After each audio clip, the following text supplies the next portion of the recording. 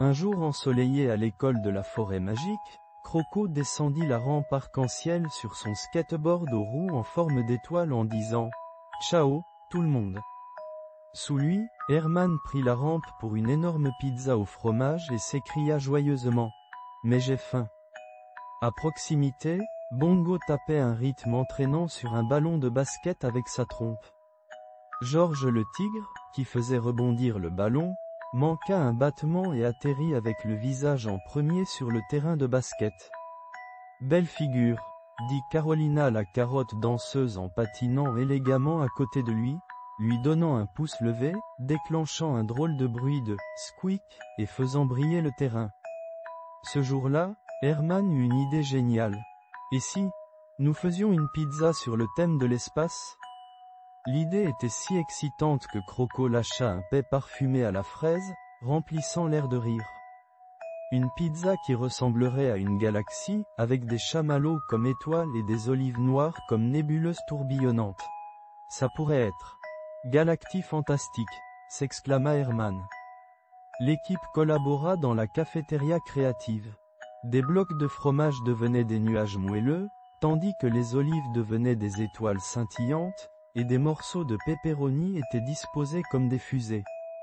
Herman appuya son gros pouce sur la pâte à pizza, qui réagit avec un drôle de bruit de « boink », gonflant comme une planète. Ils lancèrent la pizza haut dans les airs, et elle se colla au plafond.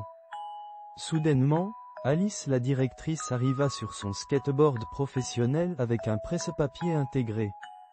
Elle allait se fâcher, mais en levant les yeux, elle fut étonnée.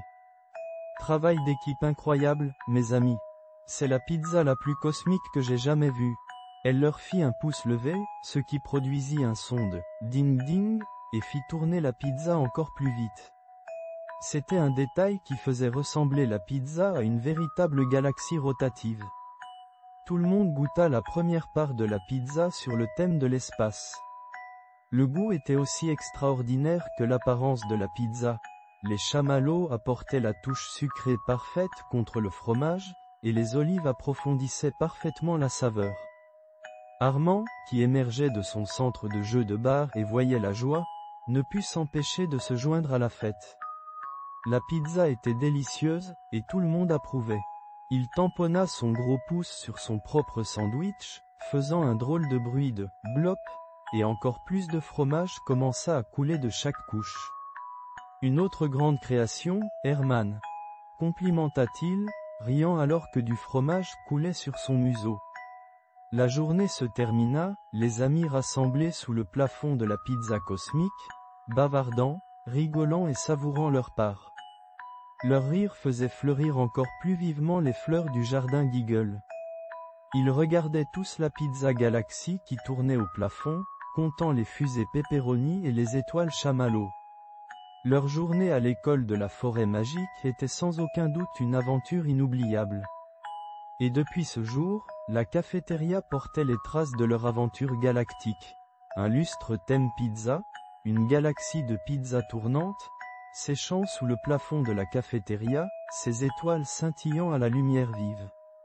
Leur innovation, leur travail d'équipe et leur imagination leur avaient bien servi, ajoutant un autre chapitre au conte passionnant du monde de Croco.